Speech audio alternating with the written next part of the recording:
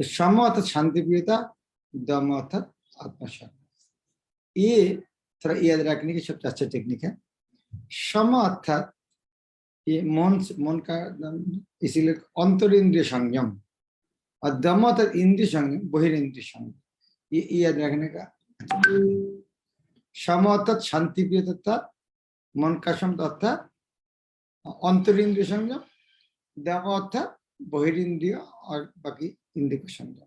दम तप तपस्या शौचम पवित्रता, खांति शांतता सहिष्णुता, और जबम सत्यनिष्ठा एवं ज्ञानम, ज्ञान विज्ञानम अर्थात उपलब्ध ज्ञान, आस्तिकम धार्मिकता। यह ब्रह्म कर्म स्वभाव, ब्रह्म कर्म अर्थात ब्राह्मण का काम, स्वभाव जात कर्म। स्वभाव शब्द अर्थ होता है स्वभाव से अर्थ होता है, ये कोशिश नहीं करना है। स्वभाव स्वभाव जम, स्वभाव से जन्म है, स्वभाव से उत्पन्न है, ये अलग कर कोशिश नहीं करना पड़ेगा, स्वाभाविक उत्पन्न है। क्षत्रिय क्या है? शौर्यं तेजो धीति दक्षं युद्धे च अपि अपलायनम दानम ईश्वर भावश्च क्षत्र कर्म स्वभाव। यह 7 प्रकार और ब्राह्मण का 9 प्रकार।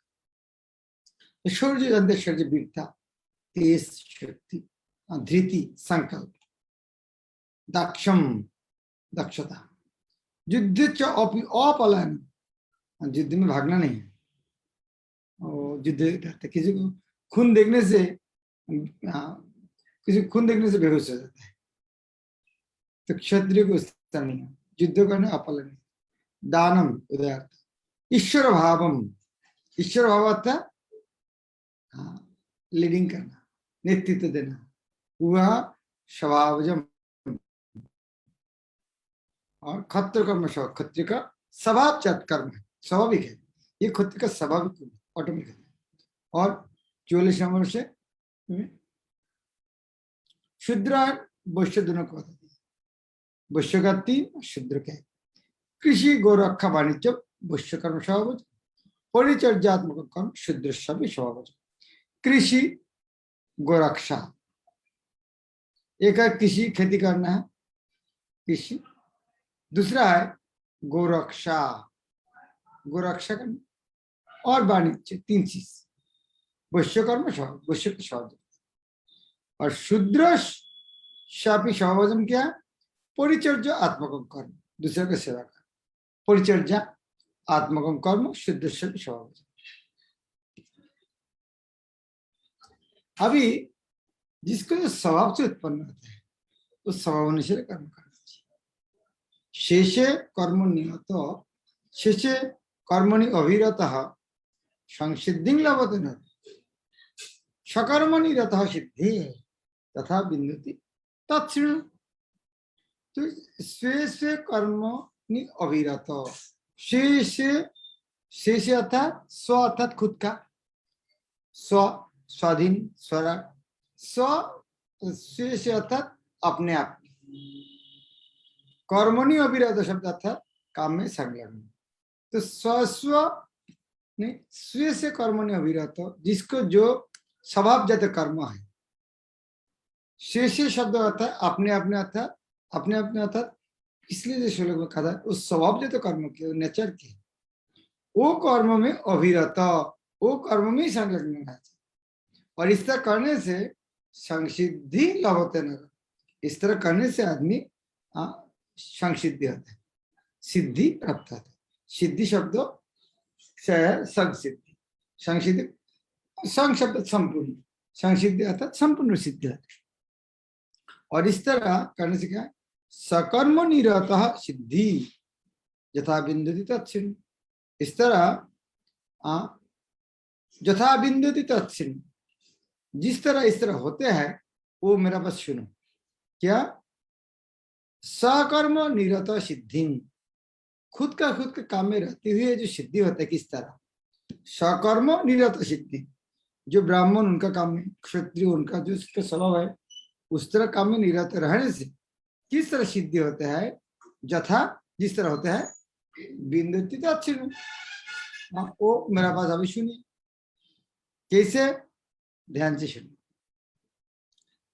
जथा प्रवृत्तिर्भूतानां जेन सर्वमिदं तत् सकर्मण तमोभश्च सिद्धिं विन्दति मानव। बहुत अच्छा सेक्शन है ये। कभी कभी समझना थोड़ा मुश्किल होता है, कौन सा करना चाहिए कौन सा नहीं करना चाहिए। जत प्रवृत्ति भूतानाम, जिससे जीव का प्रवृत्ति होता है, और जेनो सर्वम इदं तत्, और जिससे समस्त ये जो तत्मात्र व्यक्त है, सब व्यक्त है। सकर्मणा तब भ्रष्ट, स्वकर्मणा अपने कर्म से, तम उसको अभ्यर्च पूजा करके और करके सिद्धि बिंदुति मानव। आदमी कैसे सिद्धि प्राप्त करता है? जत प्रवृत्ति भूताना, जत प्रवृत्ति भूताना, जो सभी प्राणी को उद्गम है और सर्वव्यापी है, उस भगवान को क्या करना चाहिए?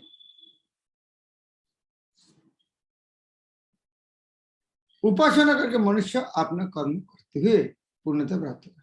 जत प्रवृत्ति भूतानाम जेन सर्वमिदं ततम सकर्मणा तम वर्ष सिद्धि विन्दति।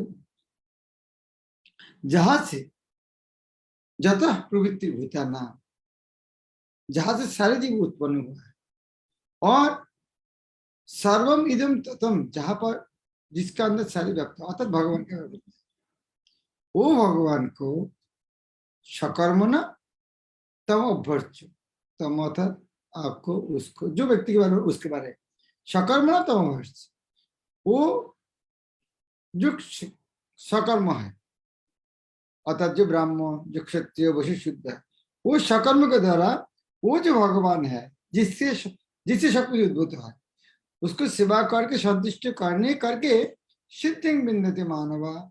सारे आदमी इस तरह सिद्धि लाभ करते हैं। बहुत अच्छा तात्पर्य। जैसे कि 15 अध्याय में बताया जा चुका है, सारे जीव परमेश्वर के विभिन्न अंश है, इस प्रकार परमेश्वर ही सभी जीवों का आदि है। वेदांत क्षेत्र में इसकी पुष्टि हुई है। जन्मादस्य जाता, जन्म आदि जाता, शब्द अर्थ क्या है? जन्म आदि जाता, जन्म से शुरू, जन्म मृत्यु बुढ़ापा से शुरू, जो किसी जहां से आते हैं, तो पहले यह इस श्लोक में क्या आता है? जत प्रवृत्ति भूताना, जिससे शब्द अर्थ क्या है? जो व्यक्ति, अर्थात जो भगवान से, जत जो भगवान से, प्रवृत्ति भूताना दिन सर्व, इस शब्द का अर्थ जहां जो भगवान से सब कुछ उत्पन्न होता है, और जो भगवान सारी जगत पर, उनका सेवा करना चाहिए, वो शब्द को व्याख्या करते पूर्वज लिखते हैं। वेदांत सूत्र में इस तरह बात है, जत प्रवृत्ति भूताना, यह भी लिखा है। जन्मादस्य जाता, यथा जिससे, अतः परमेश्वर प्रत्येक जीव के जीवन को उद्गम है, जैसे कि भगवत गीता के 7वें अध्याय में कहा गया है। परमेश्वर अपनी परा तथा अपरा इन दोनों शक्तियां है, ये तरह सर्वव्यापी है। हमको याद है पहले 7वें अध्याय में कौन सा श्लोक? भूमिरापन वायु, उसके बाद अपरिमित स्तन्ना, ऐसे सब भगवान कैसे आते हैं। अतः मनुष्य को चाहिए कि, ऐसे ध्यान से सुनना, अतः मनुष्य को चाहिए कि उसकी शक्ति से भगवान की पूजा करे, नहीं तो भगवान क्यों बताते हैं इसको? भगवान की शक्ति क्या है? भगवान की शक्ति के साथ चर्चा करना। जिसे सूरज, उनकी कोई शक्तियां नहीं है, ना लाइट है, उनकी हीट है, तो कैसे सूरज है? सूरज तो शक्ति के साथ है, इसीलिए भगवान को उनकी शक्ति के साथ जानना चाहिए। जानने के उद्देश्य उनको शक्ति के साथ ही उनको उपासना करना चाहिए। सामान्यतः वैष्णव जन परमेश्वर की उनको अंतरंग शक्ति से बात करते हैं, उनकी बहिरंग शक्ति उनके अंतरंग शक्ति के विकृत प्रतिबिंब है। बहिरंग शक्ति पृष्ठभूमि है, लेकिन परमेश्वर परमात्मा रूप में पूर्णांश का विस्तार करके सर्वत्र स्थित है। वो सर्वत्र समस्त देवता, मनुष्य और पशुओं के परमात्मा है। अतः मनुष्य को यह जानना चाहिए कि परमेश्वर का विभिन्न अंश होने के कारण उसका कर्तव्य है कि वो भगवान की सेवा करे। प्रत्येक व्यक्ति को कृष्ण भावनामृत में भगवान की भक्ति करनी चाहिए। इस श्लोक में इसी की संस्तुति की गई है। प्रत्येक व्यक्ति को सोचना चाहिए कि इंद्रियों के स्वामी ऋषि के द्वारा वह विशेष कर्म से प्रवृत्त किया गया है। अतः जो जिस कर्म में लगा है उसकी फल के द्वारा भगवान श्री कृष्ण को पूजना चाहिए। एक सुंदर बात है। तो हर काम में कैसे भगवान के जो जो सेवा में है उसके द्वारा कैसे करेंगे। हाँ, अतः जिस कर्म में लगा हुआ है उसके फल के द्वारा भगवान श्री कृष्ण के पूजना चाहिए।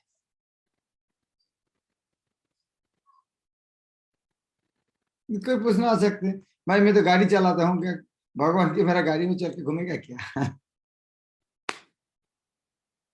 उनका फल क्या था? फल, हाँ, पैसा रखना, उसको भगवान से बोला। यदि वह इस प्रकार से कृष्ण भावनामय होकर सोचता है तो भगवत कृपा से वह पूर्ण ज्ञान प्राप्त कर लेता है। यही जीवन का सिद्धि है। जिस तरह बिजनेस जो व्यवसाय करते हैं वो कैसे खुश कर सकते हैं? वो व्यवसाय में तो झूठ बोलना ही पड़ते हैं, नहीं तो व्यवसाय कैसे करें? वो जो पैसा वो भगवान की सेवा, यही जीवन का सिद्धि है। भगवान भगवद गीता में कहा है, दशाम अहम शब्दत्ता मृत्यु संसार शब्द। इस तरह से भगवान खुद ने कहता है, मैं इस तरह व्यक्ति को शब्दत्ता में उद्धार करता हूँ। कहा से? मृत्यु संसार शब्द, यही जगत से भगवान इस तरह करने से मैं उद्धार करता हूँ। परमेश्वर स्वयं ऐसे भक्तों का उद्धार करते हैं।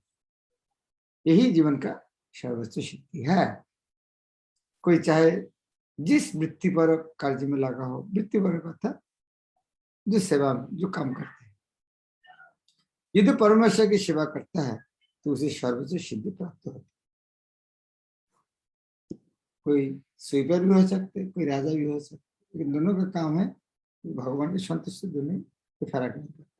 शास्त्र में इस तरह बहुत बहुत उदाहरण मिलते हैं। तो हम ये चीज को समझने के लिए आगे और विख्यात श्लोक दिया है। नहीं, हम दोनों करेंगे तो हमारे मैं जो कर रहा हूँ उनमें से दूसरा का काम है वो और ज्यादा श्रेष्ठ है। जिस तरह हमारी स्कूल में एक स्टेटस सिंबल हो गया है, ओ मैं ब्राह्मण नहीं हूँ, मैं सम्मान नहीं है। आदमी क्या बोलेंगे, अरे आप इतना दिन से स्कूल है, आप ब्राह्मण नहीं है, ऑल्टर में घुसने नहीं देते हैं। तो एक स्टेटस सिंबल हो गया, हम ब्राह्मण नहीं तो हमारे समाज से कोई दामे नहीं है। हाँ, ये भक्ति करने के लिए तो जरूरत नहीं। तो जिसका जो प्रवृत्ति वो निश्चय करना। कोई भी ये हम देखते हैं वो पढ़ना नहीं आता है फिर भी ब्राह्मण बनना चाहते हैं, हिंदी नहीं पढ़ पाते, बांग्ला नहीं पढ़ पाते, फिर भी ब्राह्मण बनना चाहते हैं। लेकिन इसीलिए जिसको जो प्रवृत्ति है वो अनुसार करना। श्रेयान साधर्म विघ्न परधर्मात् सुनिश्चित, स्वभाव नियतम कर्म कोई वर्णक में दिखे। ये श्रेयान स्वधर्म, ये स्वधर्म है। श्रेयान खुद का जो कर्म है, श्रेयान स्वधर्म, खुद का स्वधर्म, जिसके जो स्वधर्म है, उनका जो स्वभाव से उत्पन्न जो धर्म है वो श्रेष्ठ है। वो विगुण भली भांति संपन्न ना होकर यदि अच्छी तरीके नहीं कर पाएंगे, फिर भी जिसका जो गुण है वो गुण अनुसार वो जो अच्छा तरीके नहीं कर पाएंगे फिर भी वो अच्छा है। विगुण शब्द अर्थ क्या है? अर्थात नहीं, गुण नहीं है। without quality. हाँ, सत्य युद्ध का बहुत एक्सपर्ट है, वो तो ब्राह्मण बहुत अच्छा पूजा करता है, लेकिन कोई ब्राह्मण है अच्छा नहीं कर रहे, वो अच्छा ब्राह्मण नहीं है, अच्छा करके नहीं कर पाता। जो क्षत्रिय है अच्छा युद्ध नहीं कर पाता है, फिर भी यदि इस तरह विगुण भी हो फिर भी उनका वो काम ही श्रेष्ठ है, उनके लिए दूसरा के लिए श्रेष्ठ नहीं हो सकते। जिस तरह क्षत्रिय युद्ध क्षेत्र में सब अर्जुन के तरह इतना वीर नहीं हो सकते, तो फिर दूसरे क्षत्रिय को युद्ध नहीं करना चाहिए, विगुण या परधर्म सनिष्ठित है। दूसरे को वित्तीय कार्य में यदि भलीवती किया जाए, परधर्म सनिष्ठित, परधर्म दूसरे का धर्म से अनुष्ठित है, परधर्म यदि और उत्तम रूप उसमें से अपने वित्तीय कार्य को करना, चाहे वह कितना ही त्रुटिपूर्ण ढंग से क्यों ना किया जाए, उन किसी के कार्य को स्वीकार करने और अच्छी प्रकार करने की अपेक्षा अधिक श्रेष्ठ है। अपने स्वभाव के अनुसार निर्दिष्ट कर्म कभी पाप से प्रभावित नहीं। तो बात बहुत सुंदर। भगवत गीता में मनुष्य की वित्तीय कार्य साधन का निर्देश है, जिसे कि पूर्ववर्ती श्लोक में वर्णन हुआ है। ब्राह्मण, क्षत्रिय, वैश्य व शूद्र के कर्तव्य उनके विशेष प्राकृतिक गुणों के द्वारा निर्दिष्ट होते हैं। किसी को दूसरे के कार्य का अनुकरण नहीं करना चाहिए। जो व्यक्ति स्वभाव से शूद्रों के द्वारा किए जाने वाले कर्मों के प्रति आकृष्ट हो, उसे आपने आपको झूठी ब्राह्मण नहीं कहना चाहिए, भले ही वह ब्राह्मण कुल में क्यों न होते। इस तरह प्रत्येक व्यक्ति को चाहिए कि अपने स्वभाव के अनुसार कार्य करें। कोई भी कर्म निकृष्ट नहीं है यदि वह परमेश्वर की सेवा के लिए किया जाए। कोई कर्म निकृष्ट नहीं है यदि भगवान की सेवा के लिए, जिसके लिए स्वभाव है उसको उस तरह करना। तो फिर ये भी गलत नहीं समझना चाहिए, जिस तरह में गांव का बात करते हैं, एक व्यक्ति उस तरह ड्रेन वगैरह सफाई करते हैं और एक आदमी इस तरह गांव का कोई सेवा नहीं करते। वो क्या बोलते हैं, देखो वो लोग तो शूद्र है ना, इसीलिए उनको वो काम में रुचि है, हम वो स्वभाव का नहीं, वो काम हमें रुचि नहीं है। वो सेवा नहीं करना चाहता है, वो नहीं बोलते। दूसरा कर रहा है, वो बोलता है वो शूद्र है, इसलिए वो काम में रुचि है। इस तरह दूसरे को भी इस तरह नहीं समझना चाहिए। जो हमारे संबंध में काम है, मानो बाथरूम सफाई नहीं है, नहीं मैं तो ब्राह्मण हूँ, मैं इस तरह का जिसका शुद्र स्वभाव है वो करने दे, क्योंकि हमको बाथरूम सफाई करने जाएंगे तो फिर हमें भी शुद्र का स्वभाव हो जाएगा। इस तरह नहीं समझना। यह बोलने का उद्देश्य है, जो कर्म कर रहा है वो यदि कृष्ण को खुशी करने के लिए करता है, वह से सिद्धि है। दूसरा को अनुकरण नहीं करना चाहिए। जो व्यक्ति स्वभाव से शूद्रों के द्वारा किए जाने वाला कर्मों के प्रति आकृष्ट हो, उसे आपको झूठी ब्राह्मण नहीं कहना चाहिए, भले ही वह ब्राह्मण कुल में क्यों न उत्पन्न हुआ। ब्राह्मण कुल में जन्म है लेकिन ब्राह्मण का गुण नहीं। इस तरह प्रत्येक व्यक्ति को चाहिए कि अपने स्वभाव के विषय कार्य करें। ये बार बार ये बात क्यों आता है, स्वभाव से विषय कर्म करें, ये समझना चाहिए। कभी नहीं कहा क्योंकि उसका जन्म अनुसार कर्म कार्य, ब्राह्मण घर में जन्म ब्राह्मण कर्म करें। यहाँ पर कितना पाव कृष्ण भगवत गीता में 4th अध्याय में कहता है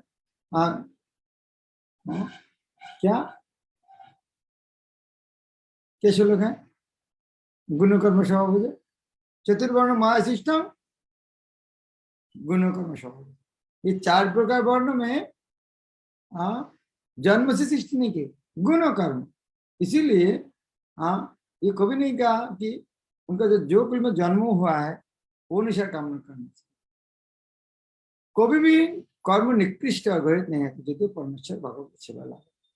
ब्राह्मण का व्यक्तिवर्ग कार्य निश्चित रूप से सात्विक है, लेकिन यदि कोई मनुष्य स्वभाव से सात्विक नहीं है, या तक ब्राह्मण को जन्म भी हो सकता है, स्वभाव सात्विक नहीं है, तो उसे ब्राह्मण के व्यक्तिगत कार्यों का अनुकरण नहीं करना चाहिए। क्षत्रिय क्षत्रिय या प्रशासक के लिए उनके गणित बातें हैं। क्षत्रिय या प्रशासक के लिए उनके गणित बातें हैं। क्षत्रियो को शत्रु का वध करने के लिए हिंसक होना पड़ता है और कभी कभी कूटनीति में झूठ भी बोलना पड़ता है। जिस तरह किसी ने बोला बोलो अश्वत्थामा वर्गीय है, ऐसे हिंसा तथा कपट राजनीतिक मामलों में चलता है। लेकिन क्षत्रिय से यह आशा नहीं की जाती कि वो अपने वृत्तिपर कर्तव्य त्याग कर ब्राह्मण के कार्य करने लगे। और या भीम बोलना नहीं चाहते, भीम युधिष्ठिर मत बोलना नहीं चाहते, लेकिन ओरिजिन बातें बता तो क्षत्रिय को बोलना चाहिए। इस तरह यदि रूपात तत्व क्षत्रिय की हिंसा और कपट राजनीति जरूरत है। मनुष्य को चाहिए कि परमेश्वर को प्रसन्न करने के लिए कार्य करे। उदाहरण अर्जुन क्षत्रिय था, वह दूसरे पक्ष से युद्ध करने से बच रहा, लेकिन यदि ऐसे युद्ध भगवान कृष्ण के लिए करना पड़े तो पतन से घबराने की आवश्यकता नहीं है। कभी कभी व्यापारिक क्षेत्र में भी व्यापारी को लाभ कमाने के लिए झूठे बोलना पड़ता है। यदि वह ऐसे नहीं करे तो उसे लाभ नहीं हो सकता। कभी कभी व्यापारी कहता है, अरे मेरे ग्राहक भाई, मैं आपसे कोई लाभ नहीं ले रहा, लेकिन हमें यह समझना चाहिए कि व्यापारी बिना लाभ के जीवित नहीं रह सकते। अतः यदि व्यापारी यह कहता है कि वह कोई लाभ नहीं ले रहा है तो इसे एक सरल झूठ समझना चाहिए। लेकिन व्यापारी को यह नहीं समझना चाहिए कि क्योंकि वह ऐसे कार्य में लगा है उसमें झूठ बोलना आवश्यक है, अतः उसे इस व्यवसाय को त्याग कर ब्राह्मण की वृत्ति ग्रहण करनी चाहिए। इस तरह नहीं समझ, इसकी शास्त्र द्वारा संस्तुति नहीं की गई। चाहे कि क्षत्रिय वैश्य या शुद्ध, यदि वह इस कार्य से भगवान की सेवा करता है तो कोई आपत्ति नहीं।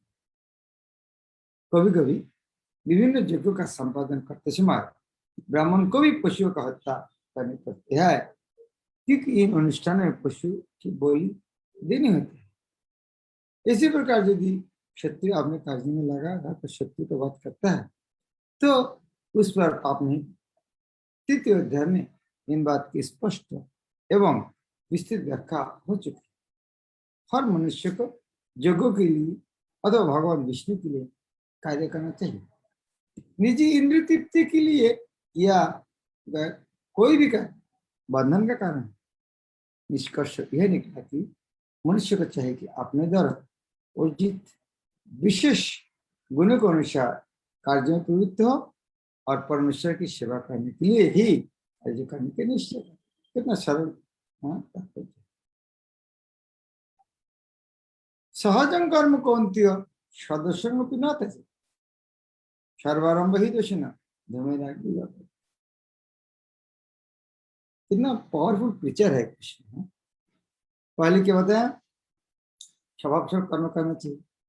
दूसरे बताया यह कर भगवान खुशी करने से तो सिद्धि नहीं संसिद्धि हो जाएगी। उसके बाद बताया वो यदि अच्छा तरीके नहीं कर पाएगा और दूसरा का धर्म अच्छा तरीके वो भी नहीं करना चाहिए। नहीं मेरा काम में पाप होता है, क्या करेंगे। लेकिन तो कृष्ण ने कहा था, अरे दुनिया में कोई काम नहीं है जिसके अंदर पाप नहीं होता है। सहजं कर्म को सदस्य में भी नाता जी, सब कर्म नहीं, लेकिन ये कहते हैं प्रत्येक उद्योग किसी न किसी दोष से आवृत होता है, जिस प्रकार अग्नि धीरे से आवृत रहती है। अतएव हे कुंती पुत्र, मनुष्य को चाहिए स्वभाव से उत्पन्न कर्म को भले ही दुष्पुण्य क्यों न हो कभी नहीं करता। नहीं, ब्राह्मण को किसी की हिंसा नहीं करना पड़ता, हमारे कर्म पर नहीं हिंसा करना पड़ता, हमारे व्यवसाय के मुझे बोलना पड़ता है। सबका काम में दोष है। प्रत्येक प्रयास उद्यम किसी न किसी दोष आते हैं। जिस प्रकार बहुत अच्छा उदाहरण है, अग्नि धुएं देखते हैं, धुआं के लिए कोई आग नहीं जलाते, लेकिन धुआं में आग रहते हैं। अतिरिक्त मनुष्य को चाहिए स्वभाव से उत्पन्न कर्म को भले ही वदस्पूर्ण क्यों न हो, कभी त्यागी नहीं। कितना अच्छा काम करने के लिए, कितना अच्छा स्टेज बोल देते हैं तीसरे अध्याय में, हर अध्याय में। इस तरह कभी कभी सोचते हैं आदमी, नहीं नहीं हम तो भक्ति कर रहे हैं, कल व्यक्तिगत माला जब करेंगे, ये है साधु का काम है, और काम त्याग देंगे शुद्ध शून्य बन जाएंगे। इसमें कितना अच्छा तरीके समझा, नहीं काम छोड़कर कभी नहीं रह सकते, इसलिए काम कृष्ण के लिए करना, कोई कर्म कृष्ण के लिए करना चाहिए। बौद्ध जीवन में सारा कर्म भौतिक गुण से दूषित है, यह तक कि ब्राह्मण तक को ऐसे यज्ञ करने पड़ते जिससे पुष्पत्ता अनिवार्य है। इसी प्रकार क्षत्रिय चाहे कितना ही पवित्र क्यों न हो, उसे शत्रुओं से युद्ध करना पड़ता है, वह इससे बच नहीं सकता। इसी प्रकार एक व्यापारी को चाहे वो कितना ही पवित्र क्यों ना हो, उन्हें व्यापार में बने रहने के लिए कभी कभी लाभ को छिपाना पड़ता है, या कभी कभी काला बाजार चलाना पड़ता है। ये बातें आवश्यक है, इनसे बचा नहीं जा सकता। इसी प्रकार यदि शूद्र होकर बुरे स्वामी को सेवा करने पड़े तो उसे स्वामी की आज्ञा का पालन करना होता है, भले ही ऐसे नहीं होना चाहिए। कोई आदमी नौकरी करते हैं, कंपनी करने की इच्छा नहीं होते हैं, क्या करें। अभी जब भगवान के सेवा लेकर पैसे चाहिए तो बुरा स्वामी है तो क्यों करना चाहिए, वो सब वो मालिक अच्छा नहीं है, लेकिन भले ऐसा नहीं होना चाहिए, ऐसे नहीं होना चाहिए, ये कभी कभी मजबूरी होता है, जिस तरह महिला के लिए होता है। स्वामी मस्त मछली खाना चाहता है, मांस खाना चाहता है, पत्नी को खाना बना के देना पड़ता है, जिद्द भी नहीं खाते लेकिन बना के देना पड़ती है, भले ही ऐसे नहीं होना चाहिए। इन सब दोष के होते हुए भी मनुष्य का निर्दिष्ट कर्तव्य करते रहना चाहिए, क्योंकि वो स्वभाव करता है। यहाँ पर एक अत्यंत सुंदर उदाहरण दिया गया है। कौन सा उदाहरण? कौन सा उदाहरण? अग्नि धुआं। यद्यपि अग्नि शुद्ध होती है तो भी उच्च धुआं है, लेकिन इतने पर भी अग्नि अशुद्ध नहीं है। अग्नि में धुआं होने पर भी अग्नि समस्त तत्व में शुद्धता मानी जाती है। यदि कोई क्षत्रिय को वृत्ति त्याग कर ब्राह्मण की वृत्ति ग्रहण करना पसंद करता है तो उसको उसकी कोई निश्चितता नहीं है कि ब्राह्मण वृत्ति में कोई अरुचिकर कार्य नहीं होगा। अतएव कोई यह निष्कर्ष निकल सकता है कि संसार में प्रकृति के कलमश से कोई भी पूर्णतः मुक्त नहीं है। ये शिशुमात भक्ति पुरुषोत्तम मार्ग अच्छा एकदम, मतलब तुमको डिपार्टमेंट अच्छा नहीं लगता है तो तुम एक डिपार्टमेंट से दूसरा डिपार्टमेंट चेंज कर सकते हैं, दूसरा से तीसरा डिपार्टमेंट चेंज कर सकते हैं, लेकिन सबसे बड़ी बात है तुमको चेंज करना है। इस तरह डिपार्टमेंट चेंज करना सारी समस्या समाधान है। अब एक डिपार्टमेंट से दूसरा तीसरा डिपार्टमेंट चेंज कर सकते हैं, लेकिन साथ साथ सबसे महत्वपूर्ण है खुद को चेंज करना है। इस प्रसंग में अग्नि तथा धुआं का उदाहरण अत्यंत उपयुक्त है। यदि जाड़े के दिनों में कोई अग्नि से कोयला निकलता है तो कभी कभी धुआं से आंखें तथा शरीर अन्य भाग दुखते हैं, लेकिन इन प्रतिकूल परिस्थितियों के बावजूद भी अग्नि को तपा जाता है। इसी प्रकार किसी को अपनी सहज वृत्ति इसीलिए नहीं त्याग देनी चाहिए कि कुछ बाधक तत्व आ गए हैं, अभी तो मनुष्य को चाहिए कि कृष्ण भवन में रहकर अपने वृत्ति पर कार्य से परमेश्वर की सेवा करने का संकल्प ले। यही सिद्धि अवस्था है। जब कोई भी वृत्ति पर कार्य भगवान को प्रसन्न करने के लिए किया जाता है तो इस कार्य के सारे दोष शुद्ध हो जाते हैं। जब भक्ति से संबंधित कर्मफल शुद्ध हो जाते हैं तो मनुष्य अपने अंतर का दर्शन कर सकता है और यही आत्मसाक्षात्कार है। भगवद गीता में कितना क्लियर परिष्कार है क्या करना चाहिए। ओके, किशोरी मत घाट कर दें।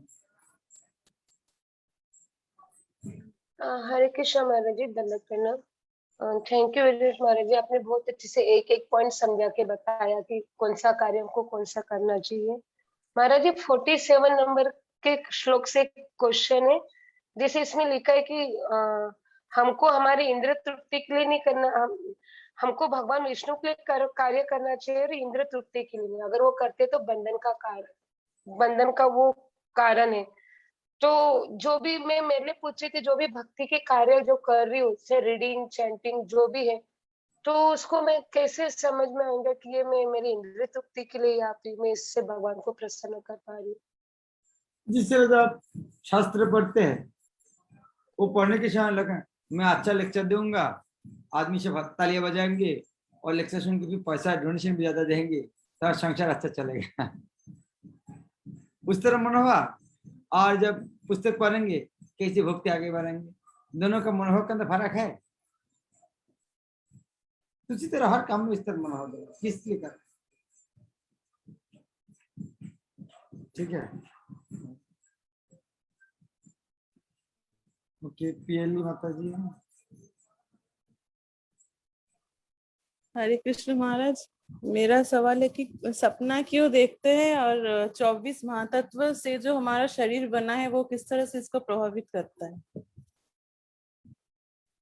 सपने को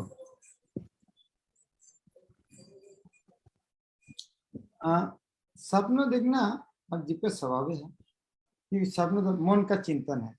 जब शरीर, जब आदमी सो जाते हैं और इंद्रियों से मन शक्तिशाली है, शरीर सोने से मन नहीं सोते है, इसीलिए मन में जो चिंतन है उसका सपना करता है, स्वाभाविक।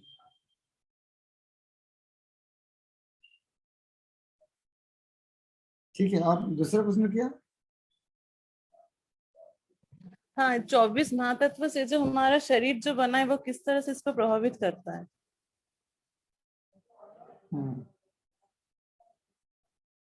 इस तरह गुण का प्रभाव से हम देखते हैं। जो राजगुण के आदमी है वो सपनों में क्या देखेंगे, मैं कब राजा बन गया है।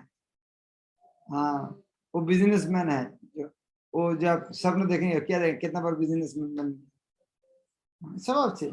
और जो स्वीपर है वो जो सपन देखेगा वो इससे देखेगा मैं आज तो 10 टॉयलेट सफाई किया, काल तो मैं आज देखा 50 टॉयलेट में कॉन्ट्रैक्ट का सफाई करने की। तो ये तो स्वाभाविक है, जिसका जो प्रवृत्ति उस तरह सपन देखने।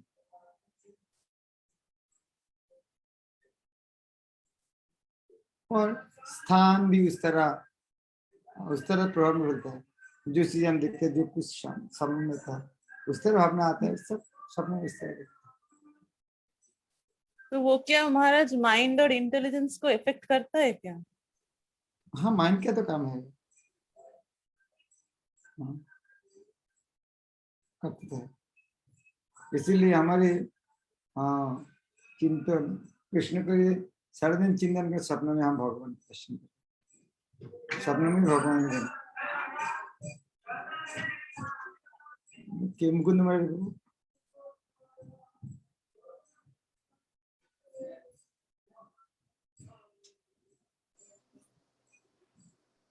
Hare Krishna Maharaj, Dandavat Pranam. Am I audible, Maharaj? हाँ, Okay.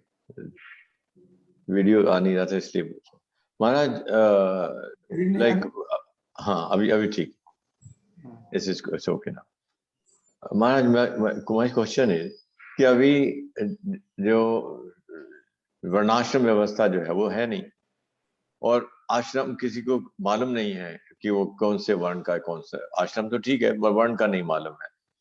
सो एंड देन स्वभाव के जन उसमें जो कर्म जो है वो मिक्स भी हो सकते हैं, ब्राह्मण के भी हो सकते हैं उसमें स्वभाव, और कुछ कुछ बातें ब्राह्मण के स्वभाव की हैं, कुछ नहीं है। तो how do we understand that which वर्ण ही कम फ्रॉम, उसके स्वभाव क्या है? केवल ये 4 ही भाग नहीं है, एक भाग के अंदर बहुत भाग है। जिससे कोई बिजनेसमैन है जी, वो तो बुश है, लेकिन कोई बिजनेसमैन सोना का बिजनेस अच्छा कर सकते, कोई कपड़ा का धंधा ज्यादा अच्छा कर सकते, हाँ करेक्ट। उसके अंदर भी बहुत कुछ है सर। हाँ। तो बात है जो उसका स्वभाव है वो स्वभाव चेक, उसको देखना चाहिए कौन सा स्वभाव अच्छा है। लेकिन उसको जो पता नहीं होगा तो उनका जो हायर होते हैं उनको पूछ सकते, मेरे लिए कभी कोई खुद का पता नहीं जो मेरे लिए कौन सा अच्छा है, खुद का दूसरे को पूछ सकते। कभी कोई समस्या हो समझना मेरे लिए कौन सा अच्छा है। करेक्ट महाराज, ये एक कैटेगरी हो गया, एक तरह का गुण हो गया, जैसे कृषि, गोरक्षा और बिजनेस, और या ये ब्राह्मण के जैसे 9 तरह के गुण हैं, उसमें से 2-3 तरह का उसमें है, बाकी के 6 तरह का नहीं है उसमें। if is like this, जब नहीं लगेगा तब उसको, और बाकी का उसमें क्षत्रिय का गुण है मान लीजिए। So then which varna he is? Brahman, he is Kshatriya, or he is Vaishya, he is what? जहाँ पर जो गुण ज्यादा प्रकाश होगा वही होगा ना। अभी देश में कितना है 540 सीट है, जो सीट जो जिसको ज्यादा सीट मिलेगा उनको तो उन्होंने तो सरकार बनाएंगे। ठीक है, that's right. Thank you so much. Hare Krishna. Mukund ये हरे कृष्ण महाराज, दंडवत प्रणाम। थैंक यू सो मच महाराज।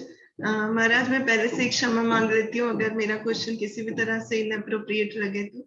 महाराज जैसे हम अभी स्वभाव की बात कर रहे थे, तो महाराज हम जब भक्ति में आते हैं, आध्यात्मिक जीवन को अपने जीवन में हम लेकर के आते हैं महाराज, तो हम शूद्र पैदा हुए हैं सब इस कलयुग में, और उसके बाद फिर हमको एकदम से ब्राह्मण बनने की हमको ट्रेनिंग लेनी होती है, भक्त बनना होता है। इनफैक्ट ब्राह्मण से भी ऊंची स्थिति में हमको जाने की ट्रेनिंग लेनी होती है महाराज। तो ऐसे में जो हमारे अपने जो स्वभाव है महाराज, वो हम पे बहुत ज्यादा अटैक करते हैं, जो हमारे अनर्थ होते हैं। तो महाराज मेरा क्वेश्चन ये है कि अगर आध्यात्मिक जीवन में आने के बाद कोई ऐसा व्यक्ति जो मुझे हर्ट करता है, जो मेरे आध्यात्मिक जीवन को नुकसान पहुंचाने की कोशिश करता है, तो महाराज मेरा स्वभाव अगर नहीं है कि मैं उसको क्षमा करूं, मैं अभी उस स्थिति में नहीं आई कि मैं उसको क्षमा कर सकूं, तो महाराज फिर ऐसी स्थिति में मुझे एक्चुअली क्या करना चाहिए? क्योंकि मेरे अंदर तो बहुत हर्ट हो गया और मैं बहुत अपसेट हूँ, बहुत दुखी हूँ, तो मैं ऐसी स्थिति में क्या कर सकती हूँ महाराज? बेस्ट तो है, बेस्ट है हम दूसरे का परिवर्तन नहीं कर सकते, हम परिवर्तन कर सकते। और यदि हम हमारे चित्त निर्मल नहीं होगा तो लॉस हमारे होगा। यदि नहीं कर पाएंगे तो इस तरह कुछ सिचुएशन नहीं करना चाहिए, अपराध और ज्यादा भारी। और इस तरह सिचुएशन नहीं होगा, उस तरह देखिए मेरे सहन नहीं होता है, इसीलिए उस तरह नहीं काम करना चाहिए, लेकिन वो परिस्थिति फिर दोबारा है, तो ये खुद को सावधान होना चाहिए। क्योंकि हम जानते हैं कोई अपराध करेगा, मुझे माफ कर देना चाहिए, तो इसीलिए मैं तो माफ नहीं कर पाऊंगा, भूलूंगा, तो इसलिए हमें इस तरह काम करना चाहिए ताकि उस तरह स्थिति आएगा ही नहीं, पहले से हम कोशिश करना चाहिए। क्योंकि दूसरा को परिवर्तन करने का हिम्मत तो हमारे है नहीं, क्षमता हमारे नहीं, खुद को नहीं परिवर्तन कर पाता, दूसरे को कैसे परिवर्तन कर। यस महाराज, प्लीज आप ब्लेस कीजिए कि ऐसे जैसा आप बता रहे हैं ऐसी कॉन्शियसनेस डेवलप हो पाए महाराज। थैंक यू सो मच महाराज। हरे कृष्णा, दंडवत प्रणाम। आचार्य गान लिखते हैं, गुरुदेव सकल सहने बल दिया करे करो निज माने स्प्रिय। तो आचार्य लोग क्यों लिखते हैं? ये इतना आसान काम नहीं है, सब सहन करना इतना आसान काम नहीं है, सबके लिए जरूरी है। इसीलिए गुरुदेव को प्रार्थना कर, गुरुदेव सकल सहने बल दो, हर चीज सहन करने की शक्ति मुझको दीजिए। ये गुरुदेव को प्रार्थना हमेशा करना पड़े। और कौन सा बल, वास्तव कौन सा बल? सकल सहने बल, कौन सा सहन करना? दूसरा आदमी हमको सम्मान नहीं देगा, हाँ निजो माने स्प्रियहीन समस्या तो होता है जब सम्मान नहीं देते तभी कष्ट होता है। लेकिन हे गुरुदेव मुझको इस शक्ति दीजिए, मैं कोई सम्मान नहीं चाहता हूँ और जो अपमान जो कुछ करे मुझको सहन करने की क्षमता दीजिए। ये गुरुदेव को प्रार्थना, ये सबके लिए जरूरी है। जो ये गुण में जो जितना आगे बढ़ गया उतना उतना बड़ा होता है। ये हमारे आजीवन का प्रयास है, एक दिन में नहीं होगा, आजीवन का यही प्रयास है। Yes, Maharaj. Thank you, Maharaj. Dandavat pranam, Maharaj. Siddharth प्रभु। हरे कृष्णा महाराज, दंडवत प्रणाम। हाँ महाराज, मेरा प्रश्न है कि जैसे हम महाभारत में पढ़ते हैं कि ब्रह्म ऋषि विश्वामित्र पहले एक क्षत्रिय थे, राजा थे, बाद में उन्होंने ब्रह्म ऋषि वशिष्ठ से प्रभावित होकर उन्होंने तपस्या करी और वो अंत में ब्रह्म ऋषि बन गए। तो इसको किस प्रकार से समझ सकते हैं हम? हाँ हो सकते हैं, एक्सेप्शनल तो है और स्वभाव है।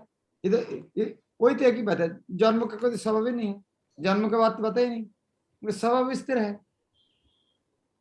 तो स्वभाव अनुसार कर्म किया, समस्या क्या, क्षत्रिय बनना चाहते हैं, स्वभाव है। तो जो बना है तो उनकी इच्छा था बनने का। हाँ फिर भी एक्सेप्शन कभी भी एक्सेप्शन हो सकता है, स्वाभाविक ही नहीं है। जी वो आपको एक ही एग्जांपल दिया है तो अतः समझ कितना रेयर है। जी ओके प्रभुपाद की हरे कृष्ण महाराज, दंडवत प्रणाम। हरे कृष्ण महाराज, दंडवत प्रणाम। महाराज जी